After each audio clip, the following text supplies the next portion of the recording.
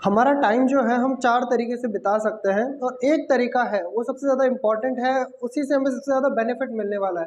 अगर हम उस एरिया में अपना टाइम लगाएं तो हमारा जो बेनिफिट है वो बहुत ज़्यादा रहेगा। तो पहले हम लोग देखते हैं कि वो 4 चीज़ें कौन-कौन सी है जहाँ पे हम अपना टाइम बिता सकते हैं, राइट? पहली तो ऐसी चीज़ें हैं जो कि ना तो इम्पॉर्टेंट है, नॉट इम्पॉर्टेंट, नॉट अर्जेंट। वो ऐसी चीज़ें होती है जिसको करने से हमें कोई फ़ायदा नहीं है, केवल कुछ समय के लिए हमें अच्छा लगता है, अच्छा महसूस होता है। फॉर एग्जांपल टीवी देखना, सोशल मीडिया यूज़ करना। अब ऐसा नहीं है फ्यूचर में हम कुछ बन जाएंगे, फ्यूचर में हमारी बॉडी अच्छी हो जाएगी या फिर अभी हमारे लिए कुछ बहुत अच्छा हो रहा है, नहीं। तो ऐसी चीज़ें जो ना ही अर्जेंट होती है और ना ही इंपॉर्टेंट होते हैं, हम उनको कहते हैं क्वाड्रेंट 4। क्वाड्रेंट 4 का मतलब ये किसी काम की एक्टिविटीज़ नहीं है, फालतू एक्टिविटीज़ है, इससे आपको कोई बेनिफिट होने वाला नहीं है। दूसरी एक्टिविटीज़ होती है जो इम्पोर्टेंट तो नहीं है, नॉट इम्पॉर्टेंट, है ना, लेकिन अर्जेंट है। अब अर्जेंट है लेकिन इम्पॉर्टेंट नहीं है, मतलब क्या?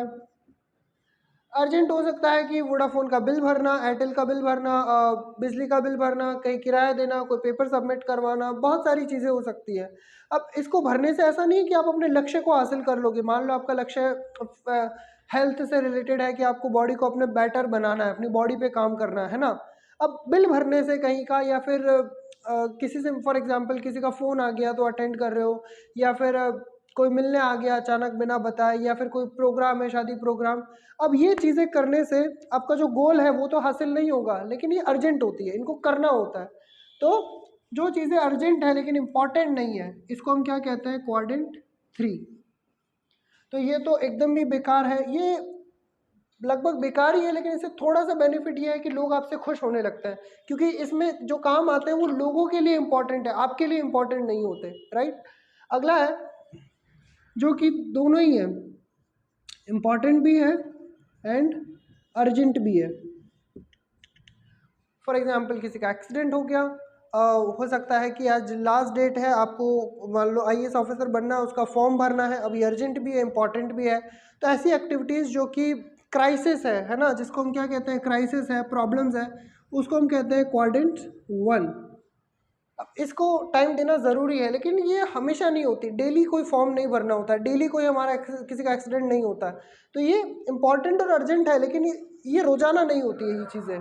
और अब आखिरी चीज़ जो कि है important and not urgent, not urgent, इसको हम बोलते हैं क्वाड्रेंट 2।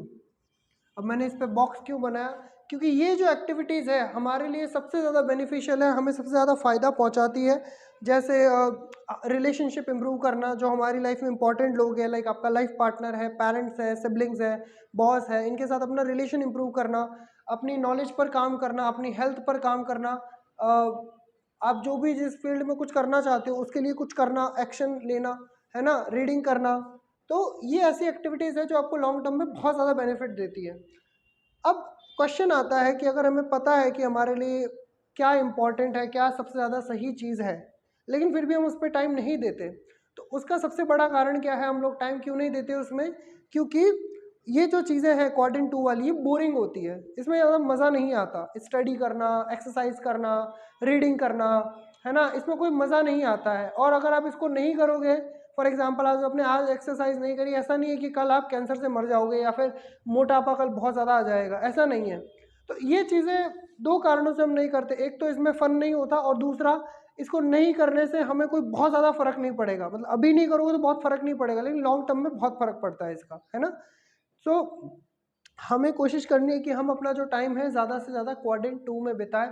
ऐसा लेखक जिन्होंने ये फॉर्मूला निकाला है, इसको एसेंसर्स मैट्रिक्स भी कहते हैं, उन्होंने कहा है कि हमारा कम से कम 80% टाइम क्वाड्रेंट 2 में जाना चाहिए, है ना।